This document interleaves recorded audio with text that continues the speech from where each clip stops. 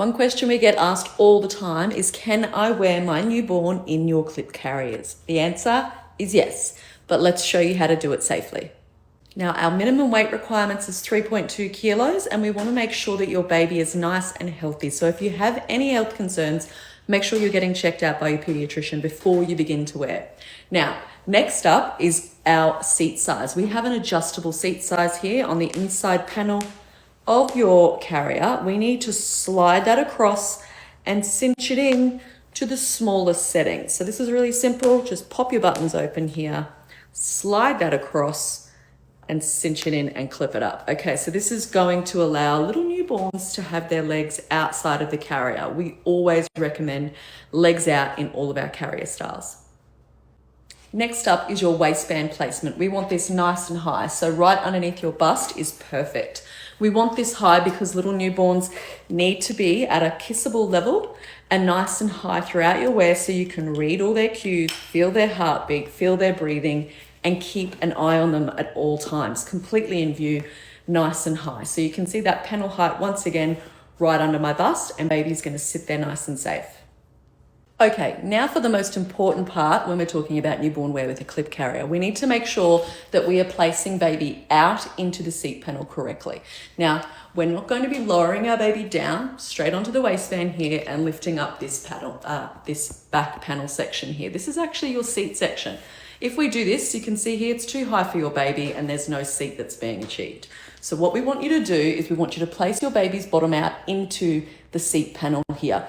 I'm actually going to make a little seat with my hand. I call it a little nest, and I'm going to plop my baby's bottom into this hand, keeping them supported, placing baby's bottom out, lifting up that panel. You can automatically see, let baby sink into the seat, that the fabric is now going to go from the back of their neck all the way up and under, and they've got a nice little secure seat section here.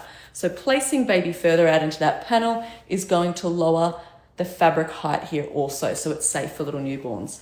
Then once we've done that, we can keep baby supported as we cross over those shoulder passes, securing on both sides, pulling down with the strap for that second strap here. So pull that down, pass across your back and under your arm, and then secure. Now, when we talk about tension and shoulder tension and correctly applying the correct tension, that's a great word, with those shoulder passes, is we want to do a 3-step process. We want to lift from the shoulder, feed that slack back, you'll see here, pull across our back, which is going to lower that padded section between the two shoulder blades, and then pull back the excess to tighten. So 3 steps, lifting up, pulling across our back from underneath there, and then pulling the excess webbing backwards to tighten. Not just pulling back or pulling down, we're going to lift and feed through that slack to tighten. So up, across, and then backwards. Yeah, that's going to be how you're setting up your sling for a really comfortable carry. Now, next up, we want you to do a pelvic tuck. So we're going to roll and tuck our little baby's pelvis, or their groin, up towards their belly button. Okay, rolling and tucking that pelvis up. You're going to place your hands into the carrier. You're going to gently hold the back of your baby's legs and bottom, and you're going to roll and tuck that groin up.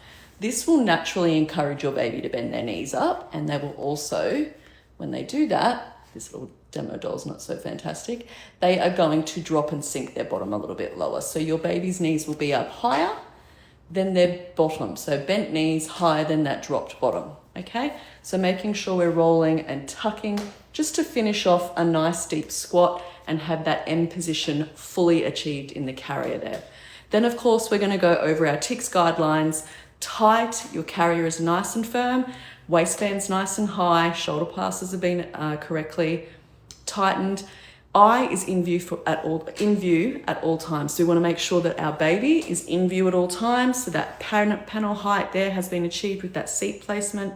C is close enough to kiss. We want to be able to kiss the top of our baby's head if we just tip our chin down, especially for little newborns, because we need to be able to see, feel, hear everything that's going on here. So nice and high in the carrier. K is keep chin off chest. We want to make sure they're not slumping into the carrier at any time. If they do sleep, making sure we're using a bit of gravity, leaning to one side and making sure their chin is completely off chest and their airways are completely open and unobstructed. K is for keep chin of chest. S is for a supported spine. That's that pelvic tuck that we've just done there. That's that seat placement, making sure our baby's not just sitting on our waistband, but they're actually sinking into that seat, and we've placed them into the seat correctly. That's the TICK, TICS guidelines for safe wear. That's newborn wear with our clip carrier. Of course, let us know if you've got any questions at all, but we can now wear our babies up into 20 kilos in the carrier starting from newborn.